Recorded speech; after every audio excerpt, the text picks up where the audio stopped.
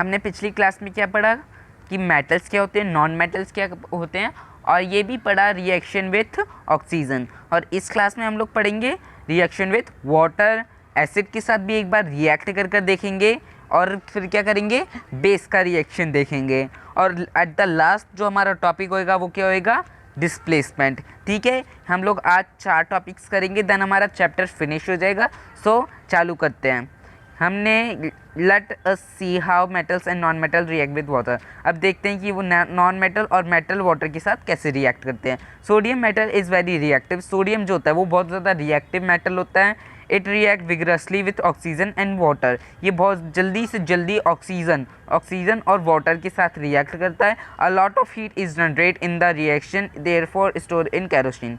ये वाटर जब आप ये जो सोडियम है इसे वाटर में डालोगे तभी भी इसमें से, अब पता नहीं ये बहुत जल्दी रिएक्ट करेगा या फिर उड़ जाएगा, ठीक है, या फिर तुम इसे ऑक्सीजन के कांटेक्ट में रखोगे। इसलिए हम लोग क्या करते हैं, इसे केरोसिन ऑयल मतलब मिट्टी के तेल में डाल कर रखते हैं। ठीक है, अब आगे पढ़ते हैं। यहाँ पर हमें एक एक्टिविटी दे रखी है, इसे कंप्लीट करते हैं। बट यहाँ पर कुछ प्रिकॉशंस दे रखी है, उन्हें आप लोग एक बार देख लेना। ओके, स्टार्ट करते हैं। Take 250 millimetre beaker glass tumbler. एक 250 मिलीमीटर बीकर या फिर ग्लास टम्बलर लेना है आपको। ठीक है, इसे आधा वाटर से फिल कर देना है। ठीक है, now carefully cut a small piece of sodium metal. अब एकदम छोटा सा ना सोडियम मेटल का पीस कट करो। ठीक है, dry it using filter paper and wrapped it into small pieces of cotton. ठीक है, इसे सुखा दो फिल्टर पेपर की तरह, फिल्टर पेपर का यूज़ कर। ठीक है, और इसे रैप कर दो, मतलब इसे पकड़ो किसके हेल्प से, कॉटन या फिर कॉटन के कपड़े की हेल्प से। Put the sodium piece wrapped in cotton into the beaker. अब जो सोडियम का पीस है उसे क्या कर दो, बीकर में डाल दो, जिसमें हमने जो बीकर था वो क्या था, वो आधा भरा था, किससे, पानी से भरा था, उसमें ये सोडियम मेटल डाल दो। ठीक है, ऑब्जर्व केयरफुली, अब उसे ध्यान से देखना। ठीक है, उसमें क्या हो रहा है reaction. When react stop touch the beaker. अब थोड़ी देर बाद रिएक्शन जो होएगा वो स्टॉप हो जाएगा। सो देन आपको क्या करना है, बीकर जो होगा उसे टच कर देखना क्या फील होता है आपको। ठीक है, जो बीकर होता है वो हॉट बन जाता है, बहुत ज़्यादा गर्म हो जाता है। अब उस वो जो बीकर था उसके में जो पानी था ना, उसे एक बार टेस्ट करो कि वो क्या है, बेसिक है या फिर एसिडिक है। ठीक है, ये रहा। जब हम लोग उसमें सोडियम डालते हैं, वाटर रखा हुआ था ना बीकर में, उसमें जब सोडियम डाला तो ऐसा एवोल्यूशन हुआ। ठीक है, अब इसके बाद ये बीकर हॉट तो बनेगा ही बनेगा। फिर उसमें जो पानी बचा था, अब हमें उसका रिएक्शन करना है कि वो क्या एसिडिक है या फिर बेस है। इससे हमें क्या पता चलेगा, सोडियम एक मेटल है। अब जब हम लोग उस पानी को टेस्ट करेंगे तो ये पता चलेगा मेटल जो होता है वो पानी के साथ रिएक्ट करता है या फिर नहीं करता। ठीक है, क्लियर हो गया। You observe that sodium react vigorously with water. हमने ये ऑब्जर्व किया, ये देखा कि जो सोडियम होता है वो बहुत जल्दी वाटर के साथ रिएक्ट करता है। Some other metal do not so. और जो इसके अलावा जो बाकी मेटल्स होते हैं वो इतनी अच्छे से नहीं कर पाते, जैसे आयरन हो गया, वाटर हो गया, ये बहुत स्लोली करते हैं अपना काम। ठीक है, generally non metal do not react with water through they may are very reactive in air. जो नॉन मेटल्स होते हैं, नॉन मेटल जैसे सल्फर हो गए, कार्बन हो गया, ठीक है, ये क्या होते हैं, ये जल्दी रिएक्ट ही, मतलब ये रिएक्ट ही नहीं करते वाटर के साथ, ये किसके साथ, एयर के साथ रिएक्ट करते हैं। Such non metals are store in water. और इन नॉन मेटल्स को हम लोग किस में स्टोर करके रखते हैं, वाटर में स्टोर करके रखते हैं। क्यों, क्योंकि ये एयर के साथ रिएक्ट करते हैं, तो इसके अपोजिट में तो कुछ रखना पड़ेगा ना, तो वाटर उसके अपोजिट में चला जाता है। For example, phosphorus is a very reactive non-metal. It causes fire exposed to air. अब एक नॉन मेटल का एग्जाम्पल देकर इन लोगों ने हमें डिफाइन करा है, जो फोस्फोरस है। ठीक है, ये बहुत ही ज़्यादा रिएक्टिव नॉन मेटल होता है। रिएक्टिव मतलब ये बहुत जल्दी फायर कॉज कर लेता है। तो फिर इसे क्या करते हैं हम लोग, एयर में ही नहीं रखते। ठीक है, इसको एयर में ना रखने के लिए या फिर इसका ऑक्सीजन से कांटेक्ट हटाने के लिए हम इसे कहाँ पर रखते हैं, इसे पानी में जमा कर रखते हैं। ठीक है, अब नीचे देखेंगे हम लोग रिएक्शन विथ एसिड। एसिड के साथ रिएक्शन देखते हैं इसका। Take samples of metals and non-metal listed in table 4.5 in separate test tubes and label them as A, B, C, D, E, F. Okay, इसमें ये क्या बता रखा है कि ये जो फिगर 4.5 दे रखी है, इन सब मेटल्स को आप लोगों को क्या करना है, अलग अलग बीकर्स पता है ना, उनमें रखना है सेपरेटली, ठीक है। अगर कोई भी डाउट हो प्लीज़ मेरे को कमेंट सेक्शन में बताइए, मैं उसे अच्छे से डिफ़ाइन करूँगा आपको, ठीक है। ये इसे बीकर में रखना है हर एक चीज़ को, ठीक है, with the help of a droplet at 5 millimetre of dilute hydrochloric acid to each test tube 1 by 1। अब क्या करना है आपको, क्या 5 मिलीमीटर डाइल्यूट हाइड्रो, ये एक एसिड होता है जो कि हर एक बीकर में डालना है। अब यहाँ पर हमने मेटल्स यहाँ पर देखिए, एक बार देखते हैं ये सारे क्या हैं, नॉन मेटल्स और मेटल्स हैं। अब इनका हम लोग सीधा रिएक्शन चेक कर रहे हैं कि ये क्या होते हैं, ये एसिड के साथ रिएक्ट होते हैं नहीं होते। तो हमने क्या लिया है, उस एसिड की जगह हाइड्रोक्लोरिक एसिड लिया है। अब उसको जो टेस्ट करेंगे, उनमें जो लास्ट में जो सॉल्यूशन बचेगा हमारे पास, उसे हम लोग क्या करेंगे, टेस्ट करेंगे ब्लू या फिर रेड लिटमस पेपर से कि वो जो सॉल्यूशन है वो एसिडिक है या फिर बेस है। अब यहाँ पर आते हैं, हमने ये पाया कि जो नॉन मेटल्स हैं वो एसिड के साथ रिएक्ट नहीं करते। जब ऊपर हमने रिएक्शन करा तो जो कार्बन था, सल्फर था, ये किस एसिड के साथ नहीं रिएक्ट करे, तो हमें इसका आंसर मिलता है कि जो मेटल्स होते हैं वो एसिड के साथ रिएक्ट नहीं करते, ठीक है। And produce 2 minute guys, with acid but metals react with acid and produce hydrogen gas that burn with the pop sound। अब नॉन मेटल्स तो नहीं करते, अब जो मेटल्स होते हैं वो किसके, ऑक्सीजन के साथ भी रिएक्ट करते हैं, वाटर के साथ भी। अब वो एसिड के साथ, मतलब जो अभी हमने पढ़ा, एसिड के साथ भी रिएक्ट करते हैं, ठीक है। और ये क्या करते हैं, जब ये रिएक्ट करते हैं तो हाइड्रोजन गैस रिलीज़ करते हैं और ये जलते ही तो है ना जब रिएक्शन होता है, तो ये इनके साथ क्या आता है, एक पॉप सच साउंड आता है, पॉप, ठीक है। You must have noticed that the copper does not react with dilute hydrochloric acid even a heating, but it react with sulfuric acid।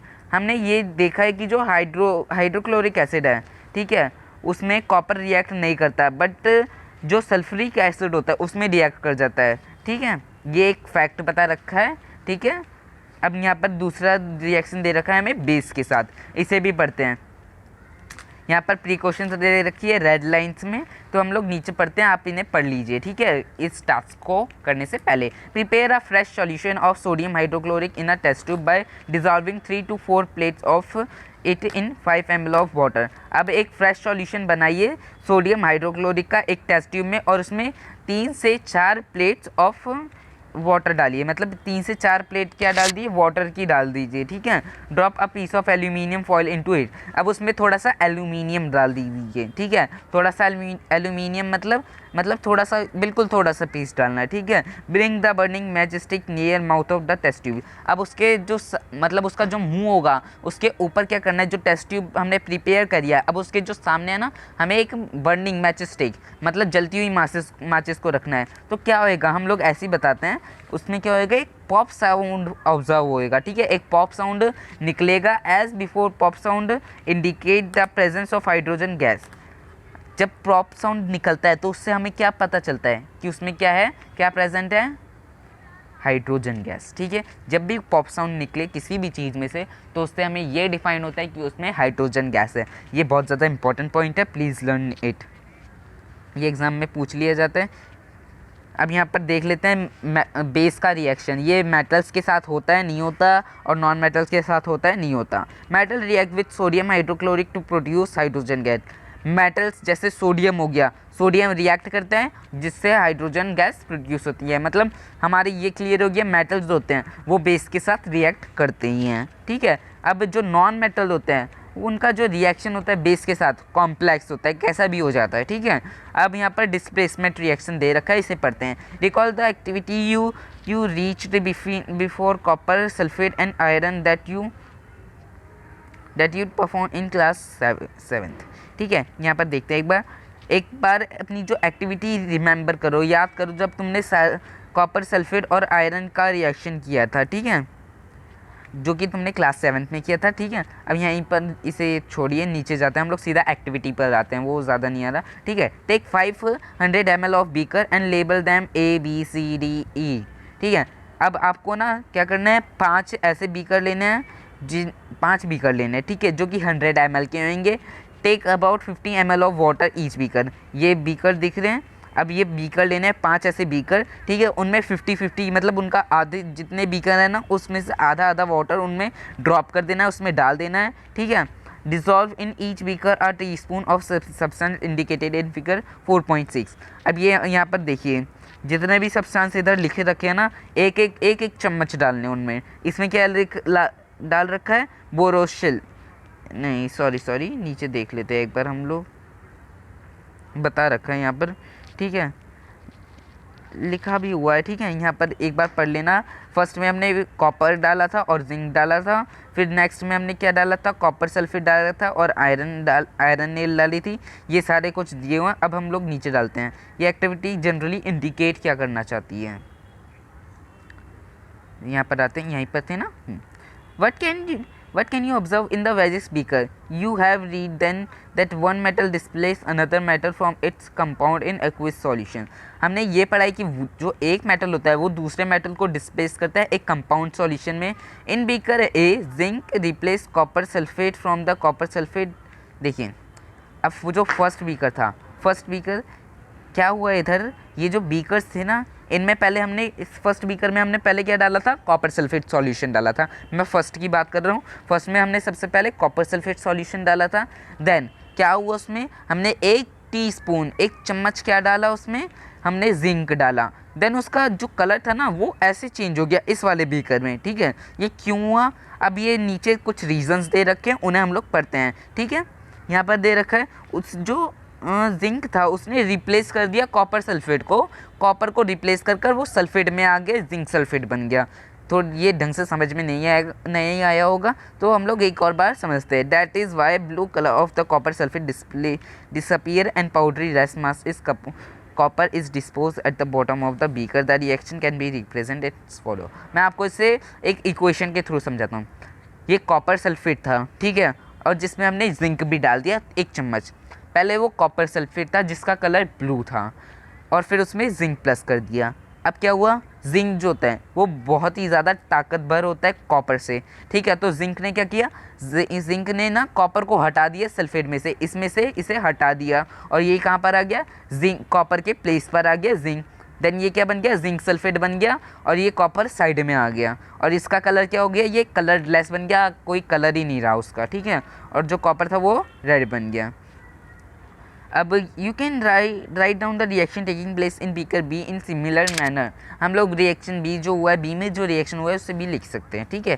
There could have been displacement of zinc by the नहीं नीचे जाते हैं। When zinc can be replace copper in beaker A, why can not copper replace zinc in beaker सी।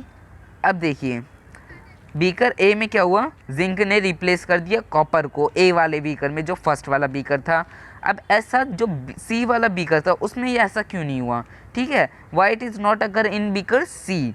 देखते हैं सी में क्या था, चलते हैं ऊपर। सी में क्या डाला हुआ था, यहाँ पर देख लेते हैं एक बार। कॉपर सल्फेट और आयरन नेल। क्यों नहीं डाला बताइए, मेरे को कमेंट सेक्शन में भेजना, वैसे मैं बता ही देता हूँ। सी में ऐसा इसलिए नहीं हुआ क्योंकि जिंक जो है, जिंक सल्फेट, ये पिक्चर में भी क्लियर नहीं आ रही है, ठीक है। जो जिंक सल्फेट होता है, जिंक ऑलरेडी ताकतवर है, तो कॉपर जब उसमें डाला तो वो क्या कर लेगा, वो तो साइड में ही रहेगा ना। जिंक तो ज़्यादा ताकतवर है, तो वो वहीं पर जमा रहा, कॉपर कुछ नहीं कर पाया। बट जो फर्स्ट वाला पार्ट था उसमें क्या था, कॉपर सल्फेट के साथ जुड़ा था, तो जिंक ने हटा दिया था कॉपर को। बट इसमें जिंक सल्फेट के साथ ऑलरेडी जुड़ा हुआ है, बट कॉपर आ रहा है, तो वो कुछ कर ही नहीं पाएगा क्योंकि वो बहुत कम ताकतवर है, ठीक है। नीचे जाते हैं हम लोग वापस। तो ये क्या बता रहे हैं, ये जो साइंस है ये एक एलबीट्री नहीं है, मतलब ये मैथ्स नहीं है, ठीक है। ये बिल्कुल भी मैथ्स नहीं है। It follow definite rule based on fact. ये एक डेफिनेट रूल्स फॉलो करती है जो कि फैक्ट्स पर डिपेंड होते हैं। And the rules here is the zinc is more reactive than copper and iron.